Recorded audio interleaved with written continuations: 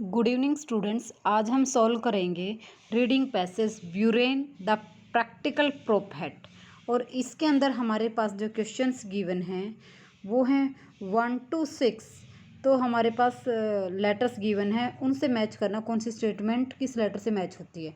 7 to 9 है हमारे पास, जो हमारे पास पैसेज गिवन है उनमें से which information contain which statement, 3 statement दे रखी है, वो मैच करनी है।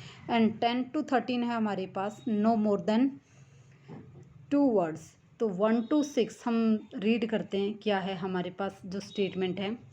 पहले ऑप्शन देख लेते हैं, ऑप्शन के अकॉर्डिंग क्या है। The river Thames tunnel, Clifton suspension bridge, atmospheric railway, Great Britain, the Great Western railway and the Great eastern.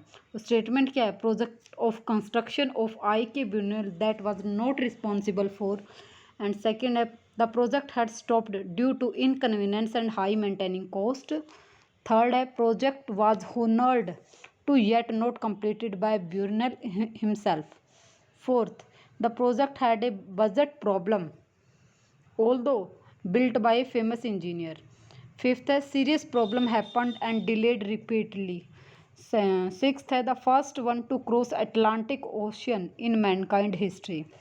तो ये सारी स्टेटमेंट गिवन है। हम फर्स्ट पैसेज रीड करते हैं, उसके अकॉर्डिंग देखते हैं क्या हमारे पास गिवन है स्टेटमेंट है। ठीक है, ए पैसेज में क्या दे रखा है।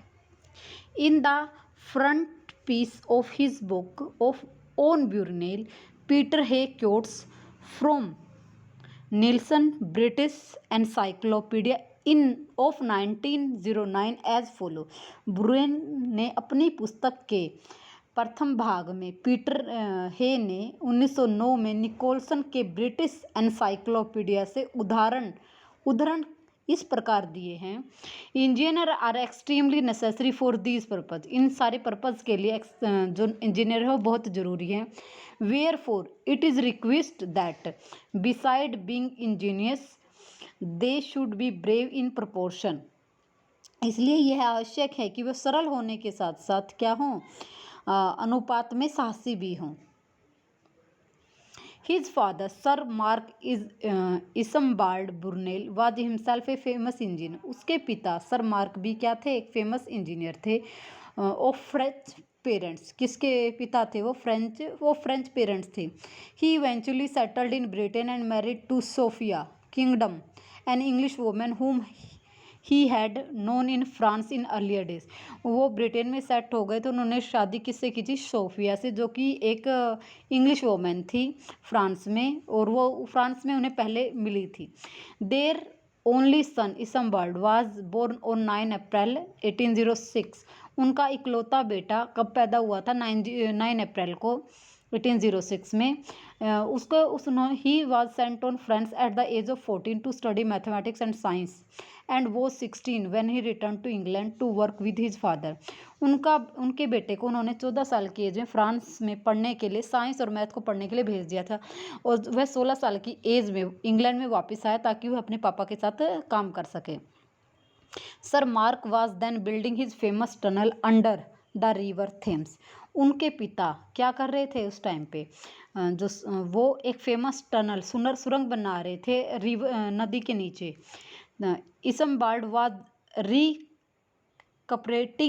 Near Bristol from injuries received in a tunnel cave. Isambard क्या था, उसे इंजरी हो गई थी, कब, केव के अंदर, ब्रिस्टल में के नज़दीक। When he became involve in first major project, जब वो अपना पहला प्रोजेक्ट कर रहा था तो टनल के अंदर उसको इंजरी हो गई थी, घायल हो गया था। तो अब इसके अकॉर्डिंग जो हमारा क्वेश्चन देखते हैं, जो पहला क्वेश्चन था उसका आंसर आ जाएगा यहाँ पे। क्या था, the project of construction that I K Brunel was not responsible for. कौन सा ऐसा प्रोजेक्ट था जिसमें वो रिस्पॉन्सिबल नहीं था। तो ऐसा कौन सा प्रोजेक्ट था जिसके लिए वो रिस्पॉन्सिबल नहीं था, वो था रिवर थेम्स टनल, क्योंकि इसको कौन कर रहा था, उसका बेटा कर रहा था, वही घायल हुआ था ना। तो इसका ऑप्शन क्या हो जाएगा, ए। ठीक है, अब सेकंड पैसेज रीड करते हैं। सेकंड में क्या गिवन है, the suspension bridge the Avon George. The span of Brunel bridge was over 700 feet. जो ब्रूनल ब्रिज कितना था, 700 फीट था, longer than any existing when it was design. जो भी वहाँ पर एग्जिस्ट कर रहे थे जब ये डिज़ाइन किया गया तो कितना था, 700 फीट लंबा था। And the height above water is 245 feet, और इसकी हाइट पानी से ऊपर कितनी थी, 245 feet. The technical challenge of this engineering project was immense at the Brunel deal with them with his usual thoroughness and ingenuity. जो इसके इस प्रोजेक्ट के लिए टेक्निकल चैलेंज जो थे इंजीनियरिंग प्रोजेक्ट के लिए वो इमेंस थे, और ब्यूरेल उसके साथ सरलता से डील कर रहा था। 2 design competition were held and great bridge designer Thomas Telford was the committee expert. 2 design competitions were held. इसके लिए 2 डिज़ाइन बनाई गई थी इस कंपटीशन के लिए जो पार्टिसिपेट कर रहे थे इसमें। और द ब्रिज डिज़ाइन और इस ग्रेट ब्रिज डिज़ाइनर कौन थे, थॉमस टेलफोर्ड थे जो कमेटी के एक्सपर्ट थे। Burrell present 4 design. ब्यूरेल ने क्या किया, 4 डिज़ाइन पेश किए। He went beyond technicality to include argument based on among other things. Brunel ने 4 डिज़ाइन प्रेजेंट किया और वह टेक्निकल से हटके उसने कुछ इंक्लूड किया जिसके लिए उसने आर्गूमेंट भी किया उनके साथ। The grace of his tower design, उस डिज़ाइन को बहुत अच्छा बनाने के लिए। Unfortunately he only got so far as to put up and the end of piers in his life time. तो उस अनफॉर्चुनेटली इसने अपने एंड के दिनों में इसको पूरा किया। And the Clifton suspension bridge was completed in his honour by engineering friend. और जो मतलब उसे नहीं मिला ये, और लेकिन ये क्लिफ्टन सस्पेंशन ब्रिज किसने कंप्लीट किया, उसके एक फ्रेंड ने, उसके सम्मान में। इंजीनियर उसके कब, 1864 में। And it still in use, और यह भी यूज़ किया जाता है। ये क्लिफ्टन सस्पेंशन ब्रिज कंप्लीट किया गया उस किसके सम्मान में, ये जो साइंटिस्ट है ना ऊपर ब्यूनेल, उसके सम्मान में बनाया उसके फ्रेंड ने। कब, 1864 में। मीन्स इसको किसने नहीं बनाया, ब्यूरेल ने नहीं बनाया। ठीक है, तो अब इसका ऑप्शन क्या आएगा, लास्ट में गिवन है ना क्लिफ्टन वाला, तो इसका ऑप्शन सीधा सा 3rd वाला है ना। The project was honour to yet not completed by Brunel himself. उसी के सम्मान में बनाया गया था लेकिन ब्यूरेल ने इसे कंप्लीट नहीं किया था। किसने कंप्लीट किया था, उसके फ्रेंड ने। तो इसका ऑप्शन क्या बन जाएगा, बी। ठीक है, और ये लास्ट लाइन में गिवन है।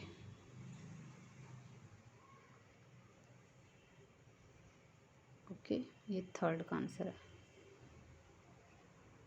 नेक्स्ट सी पैसेज को रीड करते हैं। सी पैसेज में हमारे पास गिवन है the suspension bridge. C passage में Great Western Railway when Brunel was still in Bristol, जब ब्यूरेल कहाँ था, ब्रिस्टल में था। And with Avon bridge project stopped, और एवोन ब्रिज प्रोजेक्ट को स्टॉप कर दिया गया था। गोइंग स्लोली, और धीरे धीरे चल स्टॉप कर दिया गया था या धीरे धीरे उसका काम चल रहा था। He became aware the civic authorities so the need of a railway link to London. वह उस चीज़ को जानता था कि जो अथॉरिटीज़ हैं वो क्या ढूंढ रही हैं, कि उनको ज़रूरत है कि इसको एक रेलवे लिंक से कनेक्ट किया जाए लंदन के साथ। Railway location was controversial since private land owner and town had to be dealt with it. Railway की जो लोकेशन थी वो कंट्रोवर्शियल थी क्योंकि प्राइवेट जो लैंड ओनर थे जिनकी प्राइवेट ज़मीन थी वहाँ पे, और टाउन, और जो एंड टाउन्स, और जहाँ पे लोग रहते थे वो टाउन्स, उनको इसके साथ डील करना था। Mainly the landed gentry did not want a messy noisy railway anywhere near them. Main reason क्या था, जो जिनकी भी ज़मीन थी जहाँ पे जो लोग रहते थे वो अपने आसपास शोर शराबा नहीं चाहते थे। The Duke of Wellington was certainly against it. Duke of Wellington क्या थे, उसके अगेंस्ट थे। Again Brunel showed great skill in presenting his argument to various committee and individual. Brunel ने क्या किया, अपनी स्किल्स दिखाई और आर्ग्यूमेंट पेश किए वेरियस कमेटी के सामने और अलग अलग लोगों के सामने। Brunel built his railway was a broad gauge 7 feet instead of standard 4 feet and 8.2 8.5 inch which had been used for lines already installed. Brunel ने क्या किया, ब्रॉड गेज का यूज़ किया जो 7 फीट था, किसकी बजाय जो स्टैंडर्ड 4.5 फीट ले रहे थे ना, उसकी बजाय उसने 7 फीट का यूज़ किया, और जो कि पहले इसने इंस्टॉल कर दिया था। There is no doubt that broad gauge give superior ride and stability but it was fighting a standard. इसमें कोई डाउट नहीं कि ब्रॉड गेज बहुत ही सुपीरियर क्वालिटी के और स्टेबल होते हैं, लेकिन फिर भी इसके लिए उसे क्या करना पड़ा, फाइट करना पड़ा। तो अब देखते हैं इसके साथ हमारा कौन सा आंसर मैच करता है।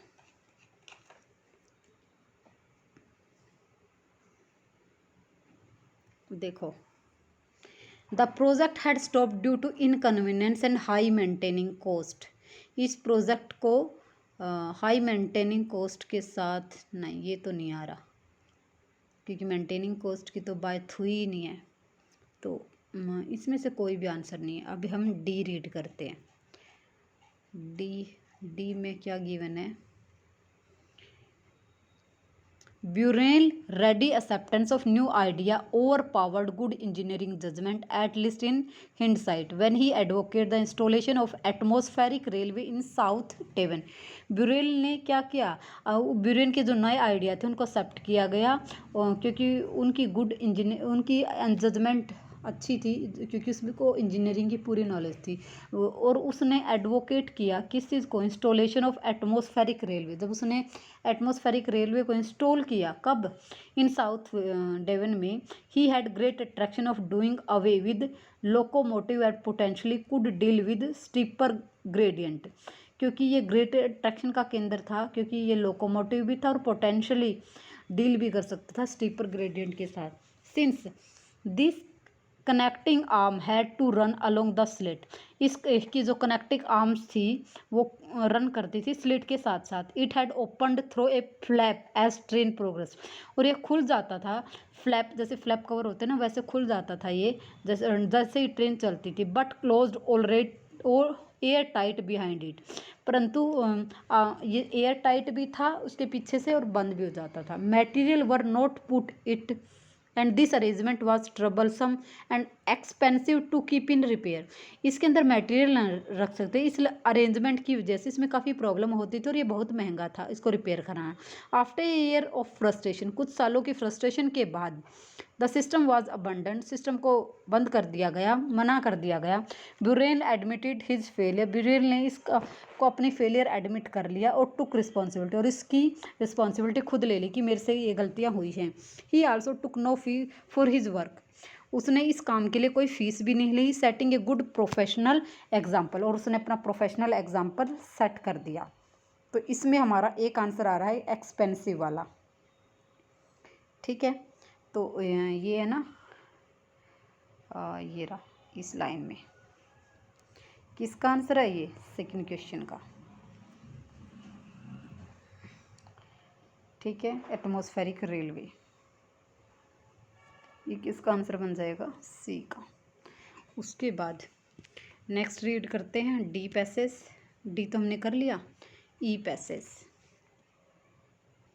ई पैसेज में क्या गिवन है, the idea of using steam to power ship to cross the ocean appealed to Brunel. जो आइडिया था स्टीम की पावर, स्टीम से, भाप से इंजन चलाने का, शिप टू ओशन को क्रॉस करने के लिए किसने अपील किया था, ब्यूरेल ने। When his company GWR director complaint about the great length of their railway, जब उसकी GR कंपनी ने इसकी लंबाई के लिए कंप्लेंट की, it was only about 100 miles, ये केवल 100 माइल्स लंबी थी। Isambard longly suggested that they could even make it longer, Isambard ने क्या कहा कि वो इसको लंबा भी बना सकते हैं, सजेस्ट किया। Why not go all the way to New York and then call the link to Great Western, क्यों नहीं वो न्यूयॉर्क के रास्ते जाते और फिर किसके साथ लिंक कर लेते हैं, ग्रेट वेस्टर्न के through. The Great Western was the first steam ship to engage in transatlantic service, Great Western जो पहला स्टीम शिप था जो कि ट्रांसएटलांटिक सर्विस प्रोवाइड करता था, उसमें एंगेज था, वो बिजी था। Brunel form the Great Western steamship company and construction started on the ship in Bristol in 36। Brunel ने ग्रेट वेस्टर्न स्टीमशिप कंपनी के साथ कंस्ट्रक्शन स्टार्ट की ब्रिस्टल में 1836 में। Built of wood and 236 feet, ये लकड़ी से बनाया गया और 236 फीट लंबा था। Great Western was launched in 1837 and powered by sail and paddle wheel. इसके जो ये था, ग्रेट वेस्टर्न ने इसे 1837 में लॉन्च किया और ये किससे पावर्ड था? सेल से। और ये इसमें व्हील क्या थे? पैडल के थे, मीन्स पैडल से चलता था ये, जैसे साइकिल चलता है। The first trip to New York took just 15 days and 14 days to return. इसे न्यूयॉर्क जाने में 15 दिन लिए और वापस आने में 14 दिन लिए। This was a great success, ये ग्रेट सक्सेस थी। A one way trip under sail would take more than a month. एक वन वे ट्रिप मीन्स जाने का पहले सेल के अंडर क्या होता था? 1 महीने से ज़्यादा लग जाते थे दिन। The Great Western was first steamship to engage in translating service and made 74 crossing to New York.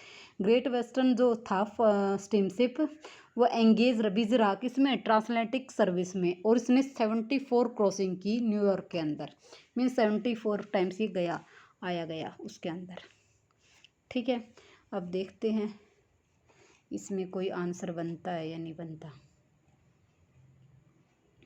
Great Britain से बाकी के 3 क्वेश्चंस जो 14, 15 एंड 4th, 5th, 6th हैं, इनमें से project has a budget problem नहीं। Series the first one to cross at mankind history, Great Western ही था ना ये, जिसने पहली बार क्रॉस किया था।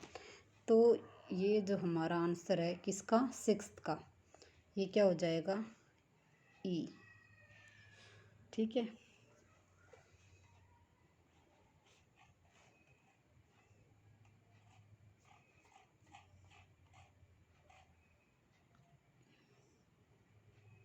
लास्ट लाइन में दे रखा है ना great western,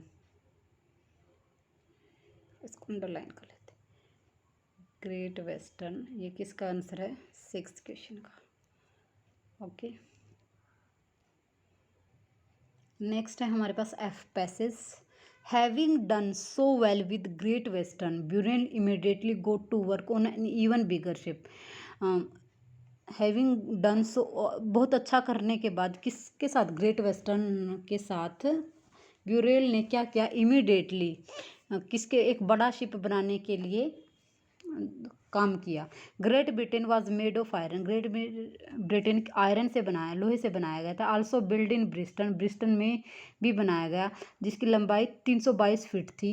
the initial design was for the ship was to driven by paddle wheel. Starting में इसका जो डिज़ाइन था शिप का, वो पैडल से बनाया गया। But Burrell had seen some of the other first propeller driven ship to arrive in Britain.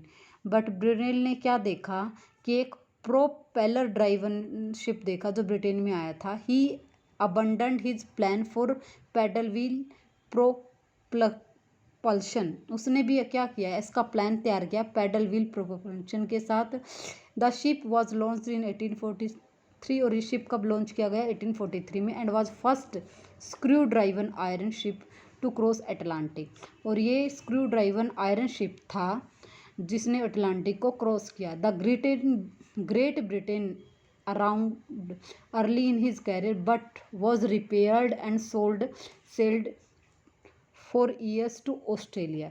ये क्या किया? इसको चलाया गया शुरू में, लेकिन बाद में इसे रिपेयर किया गया और बेच दिया गया किसको? ऑस्ट्रेलिया को, कुछ टाइम के बाद। And other parts of the world setting the standard for the ocean travel, और कुछ अदर पार्ट क्या किए? सेट किए गए ओशन ट्रैवल को के लिए। In early 1970 old ship was rescue from the Falkland and in now under restoration in Bristol, और जो ओल्ड शिप थे उनको रेस्क्यू बंद कर दिया गया और फ्रॉम द फाल्कलैंड से, और उनको रेस्टोरेशन के लिए रखा गया कहाँ पर? ब्रिस्टल में। इसमें कोई हमारा आंसर नहीं है। अब जी रीड करते हैं। जी में देखो क्या है। Conventional wisdom in Brunel day was the steam ship could can carry enough coal to make long ocean voyage. Conventional wisdom क्या थी? ब्यूरेल जो था वो कैरी नहीं कर सकता था कोल को, इतने लंबी जर्नी के अंदर समुद्र में। But he correctly figured out that this was A case of the size matter, परंतु ये किसका मैटर था, ये साइज का मैटर था। He set out the design biggest ship ever 5 times larger than any ship built to that time. फिर एक ऐसा डिज़ाइन बनाया गया जो कि 5 गुना बड़ा था, बड़ा शिप उस टाइम से में जो भी थे उनसे। Big enough to carry fuel to Australia, जो इतना फ्यूल ले जा सके, कैरी कर सके ताकि वो ऑस्ट्रेलिया पहुंच सकें विदाउट रिफ्यूलिंग, बिना उसमें पेट्रोल डाले। In addition it would carry 4000 passenger, इसके साथ साथ वो 4000 पैसेंजर को भी कैरी कर सके। The Great Eastern was 692 feet long, was a displacement of 32,000 ton. Great Eastern की लंबाई कितनी थी, 692 मीटर लंबी, और डिस्प्लेसमेंट कितनी थी, 32,000 ton. Construction began in 1854 in Thames eight मिलवल, इसकी कंस्ट्रक्शन 1854 में थेम्स में स्टार्ट की गई, मिलवेल के अंदर। Brunel had chosen John Scott Russell to build the ship, Brunel ने किसको चूज किया, जॉन स्कॉट को इसके लिए। He was established engineer and naval architect, but the contract did not go well.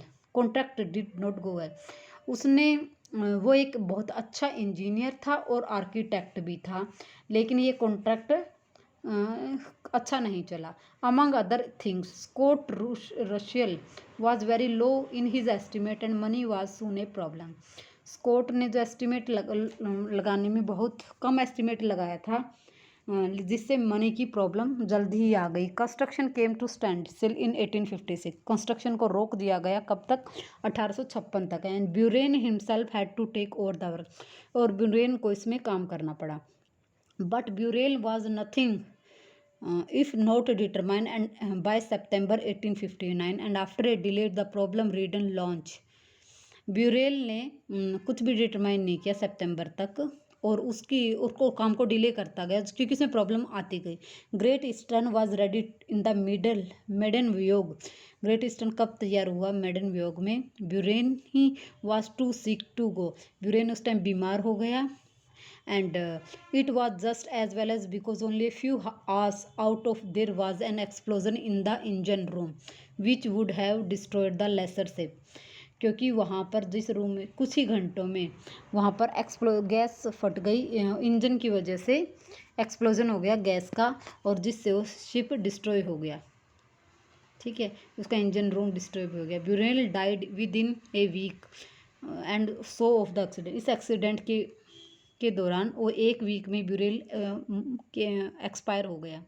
The great ship never carried 4000, great ship ने कभी भी 4000 passenger को नहीं कैरी किया। ऑल दो इट मेड सेवरल ट्रांसलेटिक क्रॉसिंग, हालांकि इसने क्या किया, कई बार इसने क्रॉसिंग की, ट्रांसलेटिक की।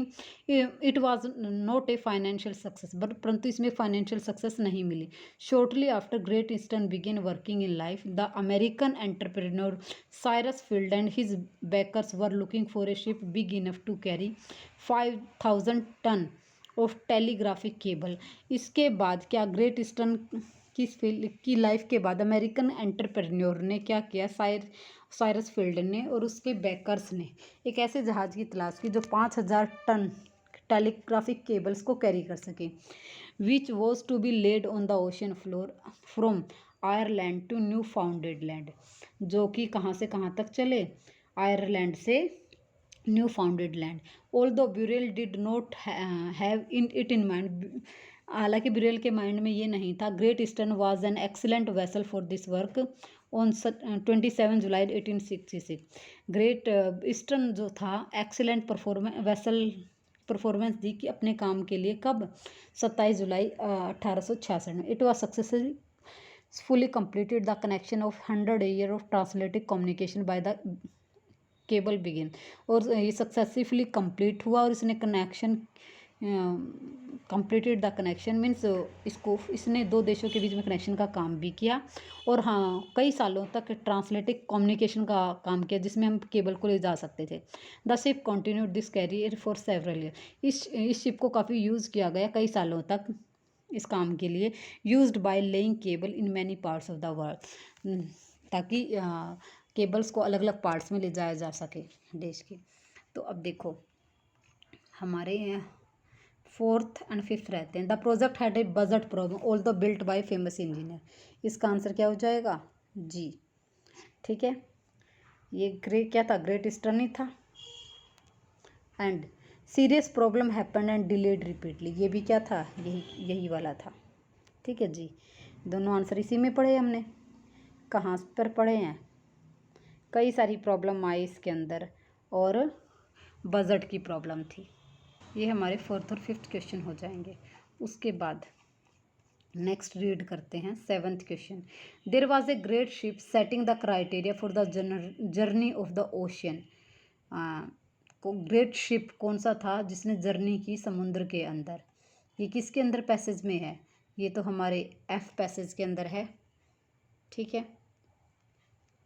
मैं आपको अंडरलाइन करके बताती हूँ कहाँ पर है। ये हमारा है सेकंड लास्ट लाइन के अंदर, यहाँ पे। ये हमारा कौन सा बन जाएगा? सेवेंथ। उसके बाद नेक्स्ट क्वेश्चन है an ambitious project was same to be applied in unplanned service later. बाद में कौन सी अनप्लैंड सर्विस थी? 5,000 पैसेंजर्स को ले जाना और केबल्स वाला। ये हमने किस में पढ़ा था? ये हमने जी पैसेज में पढ़ा था। जी अभी पढ़ के हटे ना सारा पैसेज। उसके बाद Buren showed his talent interpersonal skill with landlord and finally, ये हमारा सी पैसेज में गिवन है। ठीक है, अब देखो सी पैसेज में लैंडलॉर्ड की बात कहाँ पर की गई है? लैंड ओनर था। और इंटरपर्सनल स्किल्स वो है हमारे पास थर्ड लाइन में।